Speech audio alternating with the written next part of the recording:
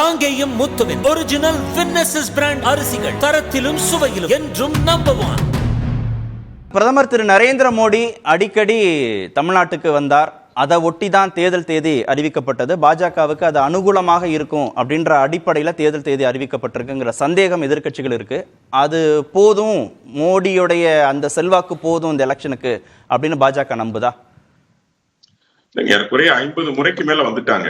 கடந்த மாதம் 2 முறை வந்துட்டு போனாங்க. அதற்கு முன்னாடியும் தொடர்ச்சியா கேலோ இந்தியா கூட அழைச்சப்போ உடனடியாக வந்து போனாங்க. தமிழ்நாட்டின் மீது தனி கவனம் அக்கறை செலுத்துகின்றவர் நம்முடைய பாரத பிரதமர் நரேந்திர மோடி அவர்கள். தேர்தலை கமிஷனை பொறுத்திருக்க ஒரு தனி அமைப்பு, அவர்கள் எடுத்த முடிவு.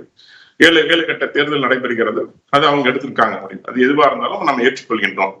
அதுக்கும் பாஜகவுக்கும் சம்மதம் இல்லை. இன்னொரு பக்கம் பாத்தீங்கன்னா, ஏன் பாரத பிரதமர் அடிக்கடி வராருன்னு நீங்க கேள்வி கேட்கறீங்க. நான் ஒரே ஒரு விளக்கங்களை மட்டும் கொடுக்க ஆசைப்படுறேன். அதாவது திமுக அப்படிங்கிறது தமிழ்நாட்டை பொறுத்த வரைக்கும் பல்வேறு திட்டங்கள்ல தொடர்ச்சி எடுக்கிறாங்க. எது மாதிரியான திட்டங்கள் அப்படின்னா, புதிய கல்விக் கொள்கையை அவங்க ஏத்துக்கல. அதே மாதிரி அணை பாதுகாப்பு மசோதா அவங்க ஏத்துக்கல. ஒரே நாடு ஒரே தேர்தல் அவங்க ஏத்துக்கல. ஒரே நாடு ஒரே ரேஷன் அவங்க ஏத்துக்கல. சாகரமாலா திட்டம் ஏத்துக்கல. ஆர்டிகல் 370 அவங்க ஏத்துக்கல. சிஐஏ குடியுரிமை சட்டம் அவங்க ஏத்துக்கல. முத்தலாக் சட்டம் ஏத்துக்கல. நீட் ஏத்துக்கல. இடபிள்யூஎஸ் ஏத்துக்கல. கவர்னரையே ஏத்துக்கல.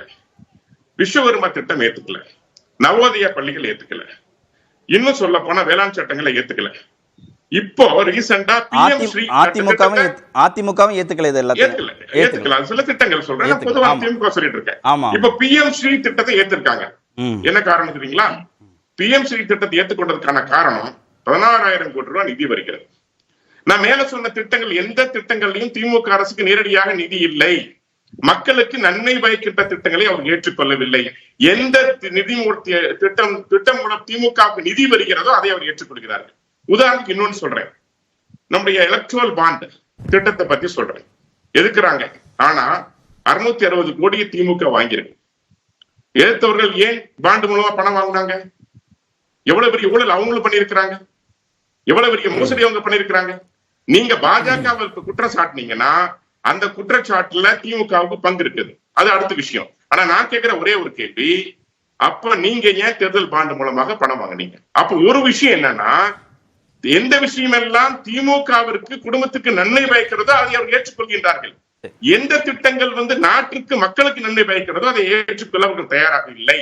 இன்னொரு மிகப்பெரிய விஷயம், அடிக்கடி நம்முடைய பாரத பிரதமர்கள் தமிழ்நாடு வருவதற்கு முக்கியமான காரணம், தமிழ்நாடு ஒரு தனி மாநிலமாக, ஒரு பிரிவினைவாதத்தை விரும்புகின்ற ஒரு மாநிலமாக, இறையாண்மையிலிருந்து மாறுபட்டு செல்கின்ற ஒரு மாநிலமாக, தேசியத்திலிருந்து விலகிச் செல்கின்ற மாநிலமாக, தமிழ்நாட்டு மக்கள் மீது அக்கறையற்ற ஒரு மாநிலமாக, தமிழ்நாட்டின் வளர்ச்சியின் மீது அக்கறையற்ற ஒரு மாநிலமாக, அதிக கடன் வாங்குகின்ற மாநிலமாக, இந்தியா பொருளாதாரத்தின் முதுகெலும்பை உடைக்கிற, எதிர்காலத்தை உடைக்கின்ற நிகழ்வை செய்கின்ற மாநிலமாக அமைந்து கொண்டிருக்கிறது என்கின்ற அச்சம் நரேந்திர மோடி அவர்கள் மனதில் ஏற்பட்ட காரணத்தால் தான் இதை சரி செய்ய வேண்டியது நமக்கு அவசியம் என்ற நோக்கத்தை அவர்கள் வைத்து. சரி, உங்களோடு அதை கரம் கோர்த்து இதெல்லாம் மாத்தணும் அப்படின்னு நினைக்கிறதுக்கு ஒரு வலிமையான கூட்டணியை கட்டமைக்க முடிஞ்சுதா?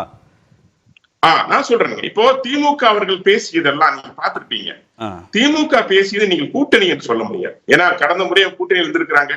இந்த முறை ஏறக்குறைய அவங்க பேசியது கூட்டணி என்பது கொள்கைக்கானது அல்ல. இப்ப நான் இந்த தொகுதியில இது பண்ணிருக்கிறேன், இது பண்ண முடியல, இந்த தொகுதியில என்ன பண்ணணும், இந்த மக்களுக்கு என்ன பண்ணணும், இதெல்லாம் பேசினா அதை நீங்க கூட்டணின்னு ஏத்துக்கலாம்.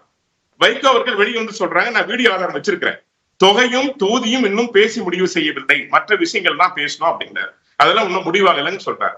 ஆக தொகைக்கான தொகுதிக்கான பேரம் நடந்து கொண்டது. பிசிகா பேசினாங்க. பிசிகா என்ன பேசினாங்க? 3 சீட் வேணுனாங்க, 2 முறை புறக்கணிச்சாங்க, கடைசியில ஒத்துக்கிட்டாங்க. இப்ப உண்மை தெரிஞ்சிருக்குது யார்கிட்ட இருந்து பணம் வாங்கியிருக்காங்க அப்படிங்கிறது. சோ அது அடுத்த விஷயம். ஆனா நான் சொல்ற ஒரே விஷயம், நாட்டின் நலன் குறித்து இவர்கள் பேசினார்களா?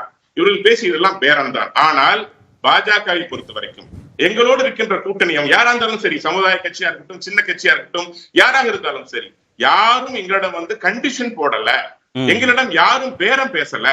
அவர்கள் தான் இப்போது இணைந்திருக்கிறார்கள். வாக்கு வங்கி பலமா இருக்கிற, இல்ல வாக்கு வங்கி பரவலாக இருக்கக்கூடிய தேமுதிகவோ பாமகவோ இன்னும் பாஜக கூட்டணிக்குள்ள வரல. இல்ல நீங்க கொண்டு வர முடியல. நீங்க மீடியால பாத்துட்டு இருப்பீங்க என்ன மாதிரியான பேச்சுக்கள் அங்க நடந்துகிட்டு இருக்கு. நான் முன்னாடியே சொன்னேன், என்ன மாதிரியான பேச்சுக்கள். யார் இந்த தேசத்தின் வலிமையை விரும்புகின்றார்களோ, யார் இந்தியாவை வலிமைப்படுத்த வேண்டும் என்று விரும்புகின்றார்களோ, யார் தமிழ்நாட்டினுடைய வளர்ச்சியை விரும்புகின்றார்களோ, அவர்கள் எங்களோடு எந்த ஒரு கண்டிஷனும் இன்றி, எந்த ஒரு கட்டுப்பாடு எங்களோடு வந்து எதிர்பார்ப்பு என்று எங்களோட இருந்திருக்கின்றார்கள். அதனாலதான் பாஜக கூட்டணி என்பது கட்சிகளால் கட்டமைக்கப்பட்டதல்ல, மக்களால் கட்டமைக்கப்பட்ட கூட்டணி. பாரதிய ஜனதா கட்சியினுடைய கூட்டணி உறுதியாக நம்பிக்கை இருக்கிறது. எங்களுடைய கூட்டணி பலமாக இருக்கிறது என்பதை நான் உறுதியாக சொல்லுகிறேன். காங்கேயம் முத்துவின் ஒரிஜினல் வின்னசஸ் பிராண்ட் அரிசிகள், தரத்திலும் சுவையிலும் என்றும் நம்பர் 1.